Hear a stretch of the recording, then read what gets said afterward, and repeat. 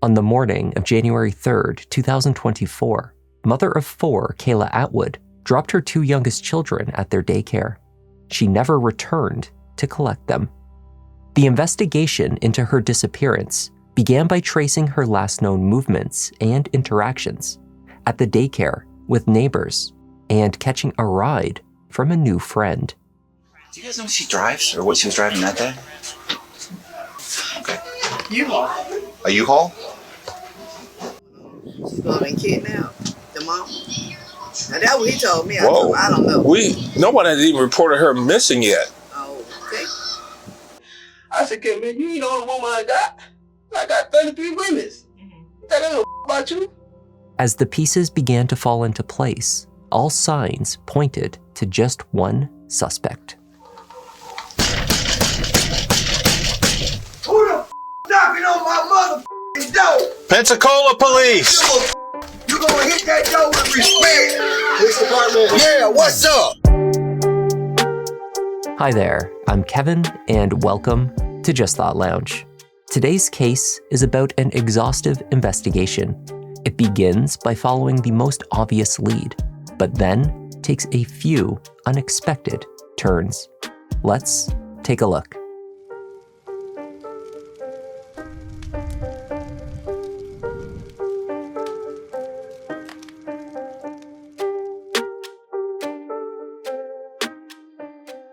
On the morning of January 2nd, 2024, police in Pensacola, Florida responded to a routine call for a welfare check at a home on West Belmont Street. Though this call-out would mark the beginning of a case that was far from routine. 197 on that goal. Hello. What's up, little man? How are you? Great. The caller had expressed concern for children in the home who had been left alone during the day. But when officers arrived, they found the eldest, nearly 12 years old, and a 7-year-old safe and well. Their younger siblings were at their regular daycare.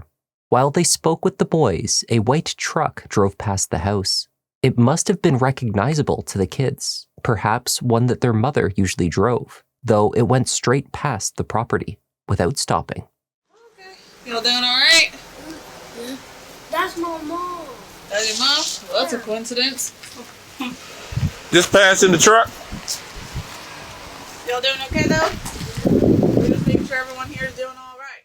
There was nothing in the interaction that caused the officers any alarm. The children were roughly of the age to stay home alone for short periods. Now, this is kind of like a judgment call. Because it's 11-12, right? Yeah. Yeah. I mean, it seemed fine. Yeah. Okay. Well, we just came to check on you all. Okay. All right. Thank you. You take care. Yeah, that's, Yep. Splitting hairs, kind of. yeah. I mean, that's not, they don't look like they unkept or anything like that. Okay. Okay. All right. Sound good. Officers left without making contact with the children's mother.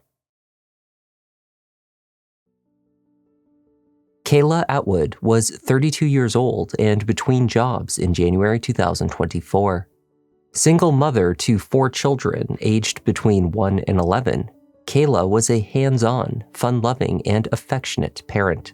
She adored her children, and they loved and admired her in return.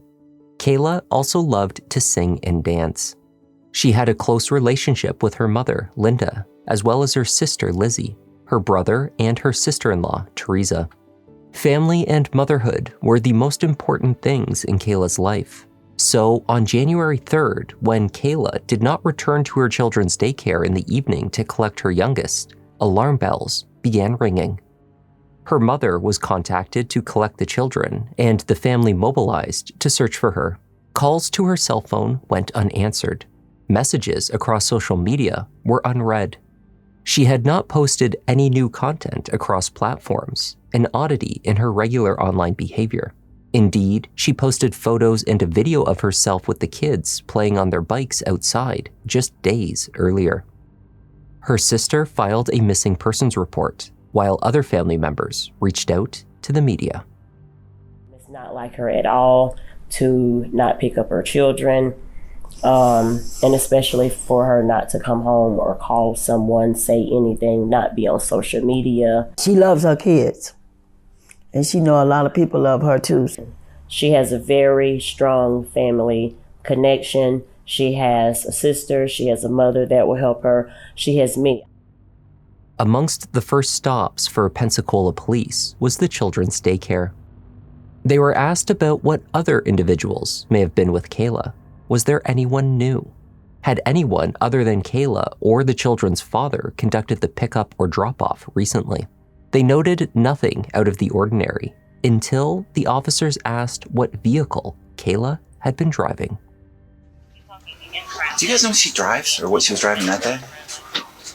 I don't know. Okay. U-Haul. A U-Haul?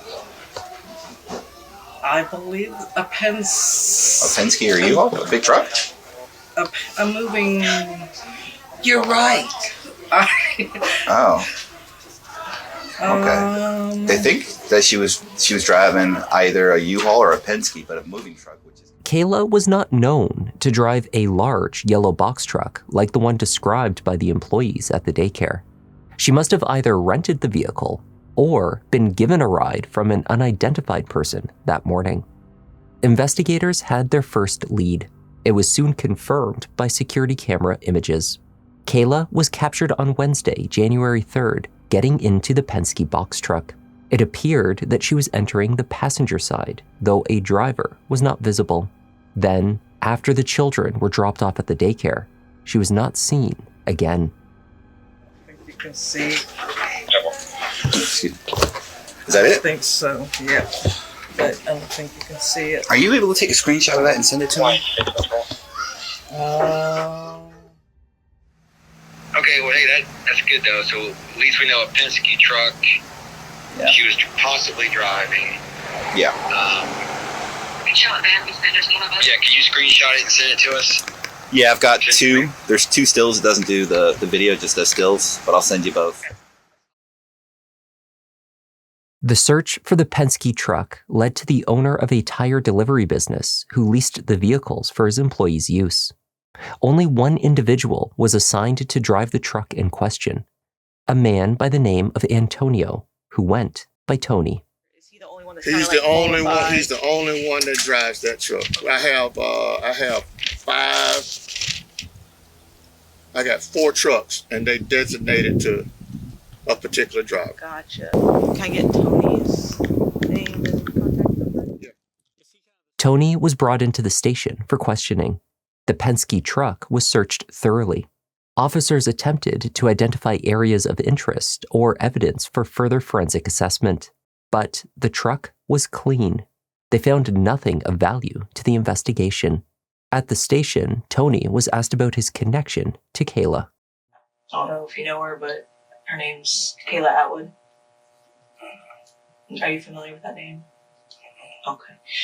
So during my investigation, your name came up, so I want to talk to you and see if you've had any contact with Kayla or know anything about her or anything like that. But basically, the reason that we ended up here is because you drive like a yellow Penske truck, right? Yeah. So that yellow Penske truck is seen on video camera, and Kayla is seen getting into that. So is there anybody that you went with this week while you were dropping off tires and stuff like that? Yeah, I had a female ride with me, but she's a dog. She's a what? She's a dog. An adult? Yeah. Okay. Yeah. And so what is her name? Damn. All I know is about pretty. Pretty? Yeah. Okay. If it's a dark skinned female that stayed on Belmont, yeah. Yeah. So her family has reported missing, so that's how we ended up here. Oh. So can you tell me how you met Pretty? Online. Yeah. Tony explained to the detective that he exchanged a series of messages with Kayla on a dating app on the morning of January 2nd, the day before she went missing. She messaged him for a ride. She needed someone to take her to daycare. Tony agreed. After they dropped off the children, Kayla asked to stay with him for a few hours while he made his deliveries. According to Tony, the two spoke casually, but not flirtatiously. They stopped to grab some food for lunch. He dropped her back at her house on Belmont around 2 p.m. The next day, they followed the same routine. Did you see or interact with anybody else? There was a guy pulled up. Okay. On the first morning that he drove to her house, a second vehicle pulled up behind him while he and Kayla were preparing to leave. He pulled up and I guess she was talking to him. And I remember him backing up, asking me, do she work with me? She was like, pull off. And I was like, what? I just pulled on off. Okay. Did you talk to him? No. What did he look like?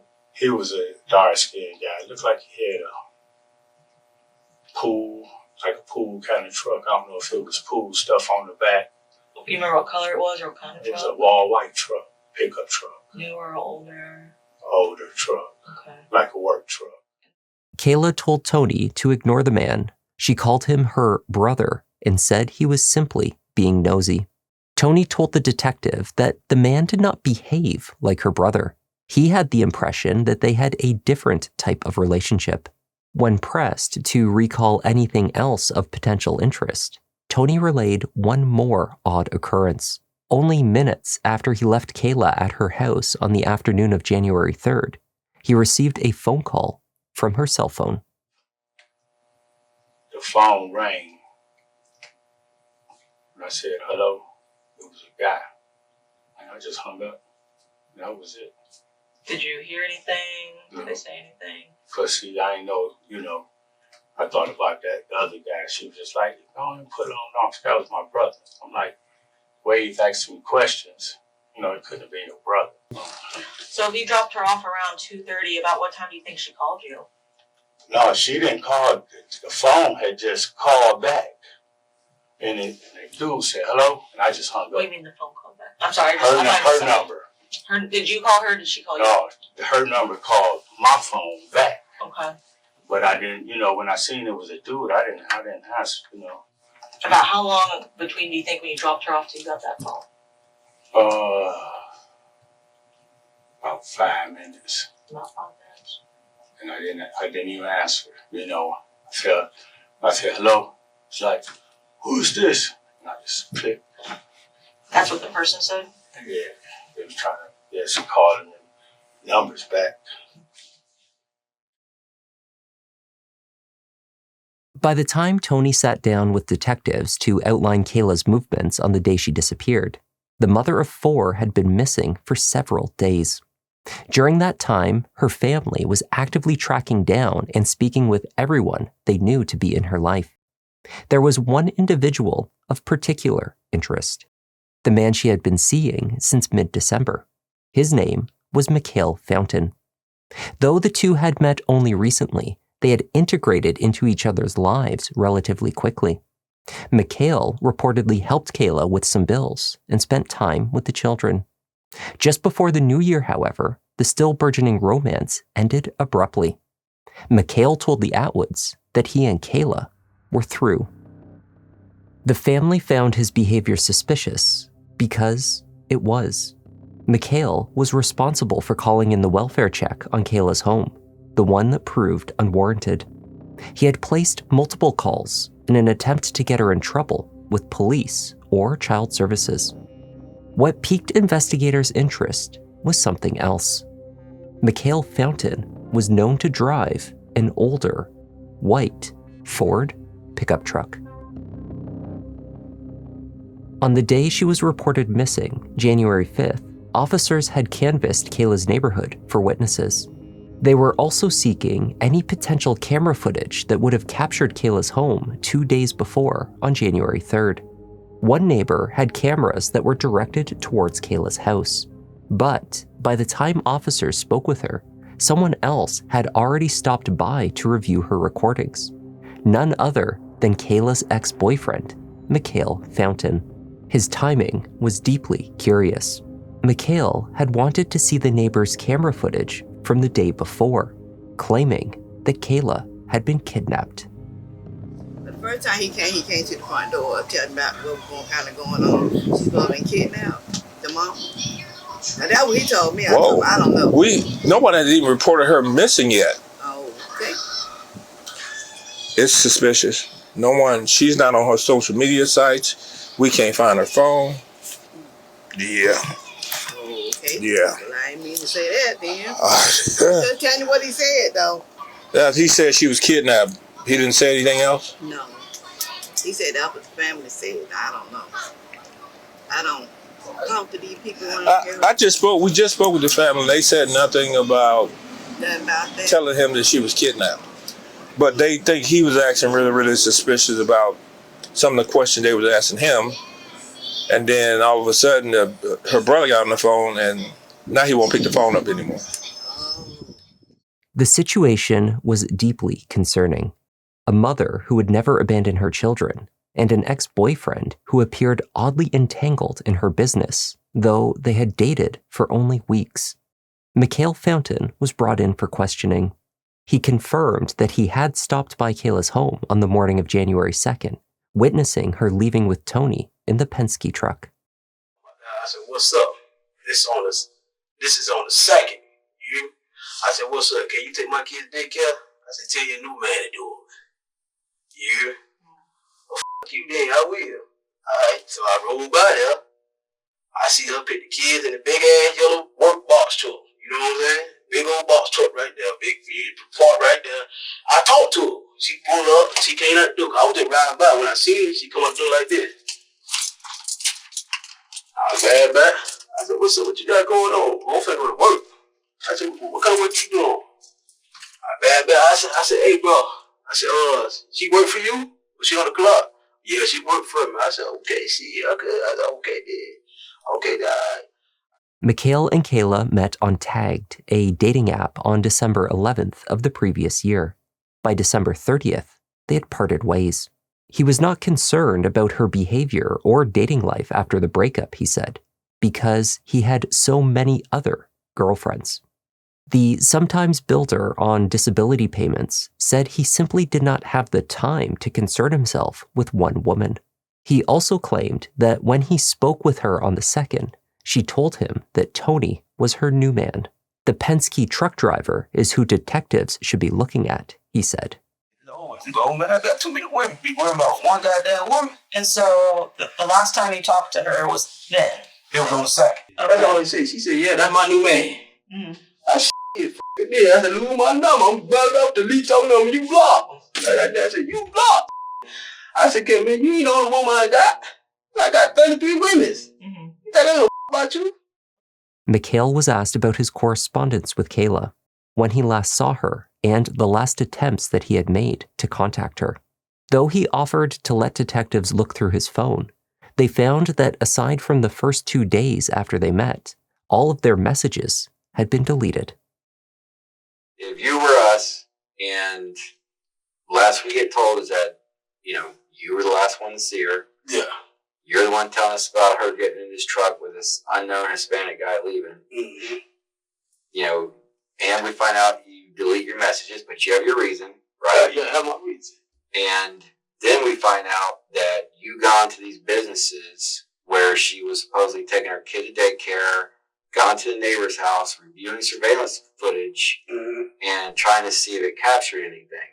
So if you were the police, would you not think that this person was trying to cover up their tracks or try to see if it captured him doing anything?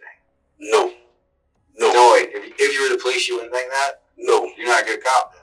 I'll tell you why I won't think that. At least has to think it. I would think it some kind of way, but I'm tell you why I won't think that. Because I won't think that because, for one, I got too many women. You feel me? A search warrant was executed on Mal's house, as well as the home of his mother and stepfather just down the street. Mal's brother, Michael, opened the door for police and led them inside. Anything that he talked about or did or that could help us? All thing he told me was that he saw him with some Mexican guy in a Penske truck. Right. That's all I know. Searches were also conducted of Mal's cell phones. A forensic extraction from one of these devices showed Mal had manually deleted extensive text message threads exchanged with Kayla over a 3.5-hour window on the day she disappeared. This activity directly contradicted what he had told detectives. Tracking Kayla's phone location data, investigators found that she had returned home around 2:20 p.m., just as Tony had reported. A security camera operated by a nearby business further verified this was true. It also captured McHale's white Ford Ranger pickup arriving at Kayla's house on Belmont shortly after she had returned home, around 2:30 p.m. McHale's cell phone location data aligned with his arrival at that time. Just minutes later, a call from Kayla's cell phone was placed to Tony's device, again exactly as the delivery driver had reported. The call lasted only seconds, just long enough for McHale to demand the identity of the man on the other end before Tony disconnected. Around the same time, Kayla's phone was traveling alongside McHale's to North G Street, where he lived. At approximately 2:50 p.m., her device lost contact with cell towers. Inside McHale's house, however, there were no indications of where Kayla might have gone from there, or what exactly had happened to her. Text messages between McHale and Kayla were not the only files that the 34-year-old self-professed ladies' man had deleted. On January 9th, McHale was arrested on charges of tampering with evidence. Investigators found that when he paid a visit to Kayla's neighbor on January 4th, inquiring about her camera footage, McHale had also managed to delete multiple videos via her phone. Crucially, he accessed footage that would have shown his vehicle at Kayla's home on the afternoon she disappeared, proving that he, and not Tony, was the last known person to see her before she vanished. Right, there's been a few discrepancies we need to discuss. Okay? I want to urge the importance of being honest. Okay?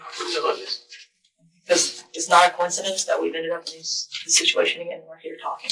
Okay? It's been a couple of days. We've had some time to figure some things out since then, okay? So we're not being completely honest here. Okay? So here's the deal. There's a lot of things that we know that we're not laying on to because we're trying to see how honest you're going to be with us in regards to this investigation. Okay? So what I would like to circle back to is when you went to the neighbor's house that had the cameras. One, I know you looked at the footage. And two, I know you deleted the footage. It's not something that's hidden. I'm telling you, Miguel. You go. It does not have to be manually saved by people. It has to be manually deleted. And it shows that it was manually deleted. You were the only one that touched it. I'm telling you what she told me. I ain't deleted a goddamn thing. Well, listen. Here's the facts as they stand. Okay. She is the owner of the camera footage. She has no reason to delete that footage because it doesn't matter to her. The only person that has a reason to delete the footage is you. And that's why we're trying to sit here and figure out, because honestly, there's two sides to every story, Miguel. I'm talking, man. This isn't how this needs to go. Hey, Miguel. Hey, but listen, I so you telling me I delete something. Miguel, that's not the situation. That's not the situation, okay? I don't want to talk no more. I'm going to talk. Because you full of You full of on rip. Explain. Oh, you full of shit. I ain't got to explain shit to you. You full of shit. This is the only opportunity you're going to have to explain. Give me a lawyer. I'm through talking. Why ain't got no bond? It's because tampering with evidence is considered an offense that does not get you a bond until you are before a judge for your first time. Tampering with evidence about what? I've already explained this, man. About deleting the footage. You don't need a copy of that, do you? I already have a copy of it. After collecting Kayla from her house, McHale's device showed that he stayed near his home until about 4 p.m., then began traveling west before redirecting north. At approximately 4:45, the device arrived in the area of South Crow Road and Meyer Henry Road, where it stayed for approximately 15 minutes before traveling back east and returning to North G Street. Investigators traced the location to a wooded lot located at the 300 block of Crow Road. There, an area was discovered just past the entrance of the lot, a short distance from the roadway. On the north side of the access road was a pile of sand that appeared out of place in the surrounding grassy terrain. The area of disturbed earth looked to have been dug up later settling slightly due to the weather. Canine units were sent to search the area. All 3 dogs positively alerted to the portion of disturbed ground. Kayla Atwood was located in the shallow grave. She had sustained a gunshot wound to the head, which had been fatal. I'm sure it's gonna hurt every day. But I prayed. And I prayed for an answer, and I prayed for her to come home. So not having that feeling of not knowing where she's at, not having final answers, that piece is gone away. But I'm going to always have that pain. I'm going to always miss her. I'm going to always, think of what happened, And how would you like her to be remembered? Funny, beautiful. She's a really great singer.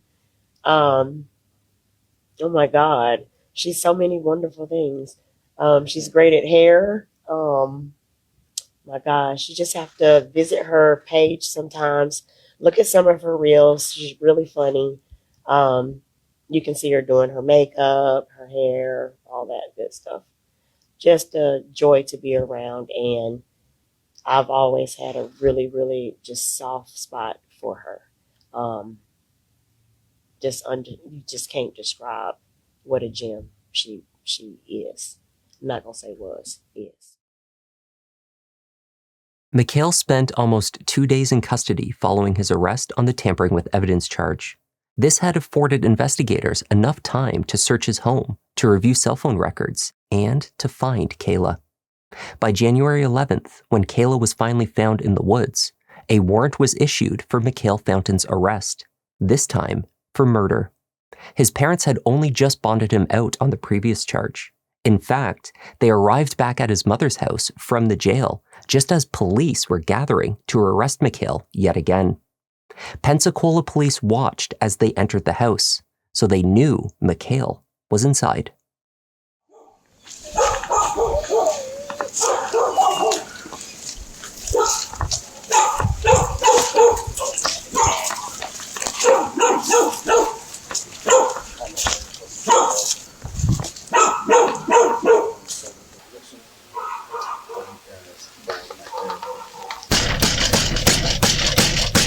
Who the fuck knocking on my motherfucking door? Pensacola police! Give a fuck! You gonna hit that door with respect! Police department. Yeah, what's up? Get McHale. For what? We just got McHale out of jail. Get McHale Man, you better outside. get that goddamn gun off me. Get McHale outside. For what? So we can arrest him. For what? Again. For a warrant. Wait, show me the warrant. Go get him or we're coming after him. Sir, if you do you want me to pull you out of the way? Move, man. Do you want me to pull out of the way? Get McHale. Hey, this is Did you hear what I said? Either he comes out or I'm coming in to get him. What, you gonna kick my door in? Absolutely. Show me the warrant. All you got to do, man, is show me the warrant. All right, you got 5 seconds, and I'm going to put you in handcuffs. For what? And then I'm going to kick your door in and go in there and get him. I ain't hopping no feud. I just left the bell. Hold up. She gonna let him in. You're running out of choices. Come on, open it. What the fuck you mean? McHale, let's go, buddy. Hold up. My wife ain't got no goddamn. Hey!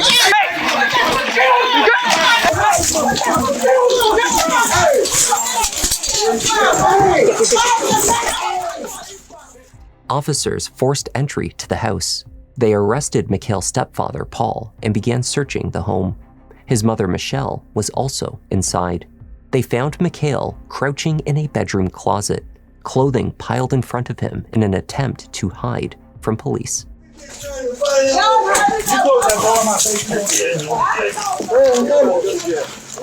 hour, 10:15. Got anything on you, bro? Yeah. Spread your feet. Stop. I'm not doing anything, baby. Y'all hurt my arm. What is it? All right. Hold him, I'll go get his car. He's going to jail for That's fine. resisting. I'm gonna go get his car. Okay, I'm gonna get in. Baby. Give me time. Okay, I don't have no shoes on or nothing. I understand, sir.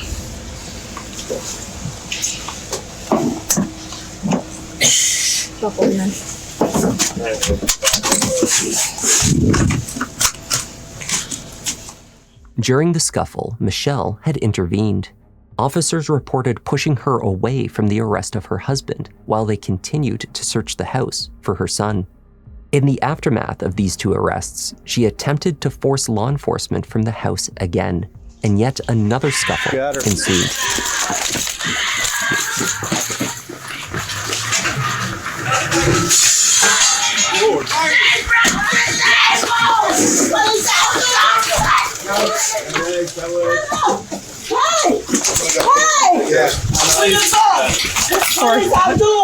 I got this rifle. I'm not gonna get in the middle of that. Brother Michael arrived on scene upon the arrest of his mother. What's going on right now? Your brother is under arrest for murder. We found her body, okay? We found her grave, okay? We come over here to arrest him, and I got her. we come over here to arrest him, and your stepfather wouldn't let us in, so we go in, and he starts trying to keep us from it, so we arrest him. And then she tries to slam the door in the officer's face, so she gets arrested for resisting. It's a misdemeanor charge, it's nothing, but she just acted out, so she's getting charged. We'll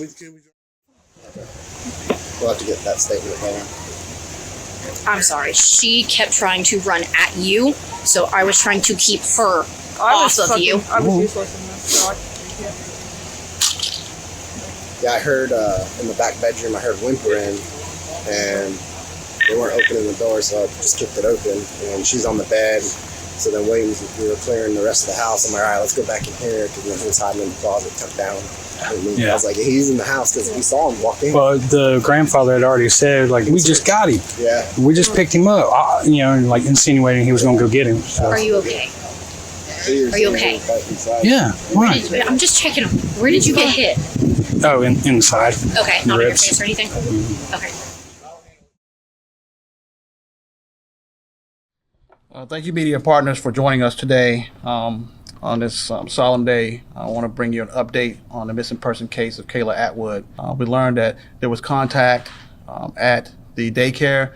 We also learned that there was a Penske truck that was involved. We also made contact with that individual and was able to process that vehicle and potentially eliminate that person for their involvement. We were able to learn that Kayla's cell phone was last located in the area of the 400 block of G Street. Through that information and other investigative techniques, we were able to develop a person of interest. So with that said, last night we arrested Michael Fountain, 34-year-old black male, charged him with homicide, battery, and resisting arrest. And like I said earlier, he is currently in Escambia County Jail under no bond. Michael Fountain refused to speak further with detectives. He pleaded not guilty to murder and proceeded to trial in early 2026. Over 3 days, prosecutors outlined a largely circumstantial case, but one that was nonetheless very strong. They argued that after a few weeks of dating, Kayla ended the relationship, a decision that Mikhail would not accept. He became obsessive and jealous. He immediately began stalking her movements. On the morning of January 3rd, Mikhail watched as Kayla was dropped off at her home by Tony in the Penske truck. He had been waiting for her. He took her phone, called back Tony's number, and demanded to know who he was. Prosecutors told the jury that Mikhail's possessive jealousy drove him to confront Kayla, fatally shoot her, and hide her body in a shallow grave. It seems Mikhail was also interested in tracking the police response in the days following. Pensacola officers reported seeing his white pickup truck as they went about their investigation. In one instance, spotting him outside the station while they searched the Penske truck for evidence. The defense highlighted that Kayla was seen interacting with other individuals on the day she disappeared. Although investigators thoroughly vetted and cleared Tony, the defense used the established timeline to argue that someone else could have targeted Kayla after she returned home. Ultimately, the jury rejected these arguments. The neighbor testified that only she and Mikhail had accessed her security video, she had not been the one who deleted the footage from January 3rd. Location tracking placed McHale with Kayla at her home, then his, before traveling out to the woods. The 3-day trial ended in a guilty verdict on one count of second-degree murder. On February 10th, 2026, McHale Fountain was sentenced to life in prison without the possibility of parole.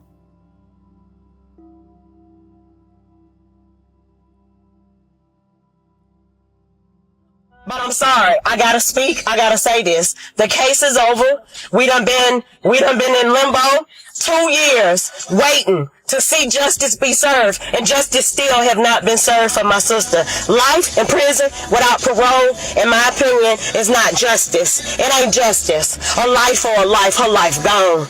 She'll never be able to see her 4 beautiful kids again. She'll never, not in this life. I'm not satisfied. And that was the tragic case of Kayla Atwood. Thank you for joining me. I'd like to offer a welcome this week to our newest Sherlock Holmes members, Brina K, CGC4, Sydney Davies, Whitney M, Casey Hill Linen, the Ella Racane, and N. Alec Secker. Great to have you all in the lounge. I'm Kevin. This is Just Thought Lounge, and I'll see you in the next one. Keeping it objective, always been effective. Can say he got a knack. Pick of the litter, you see how Newton got his back.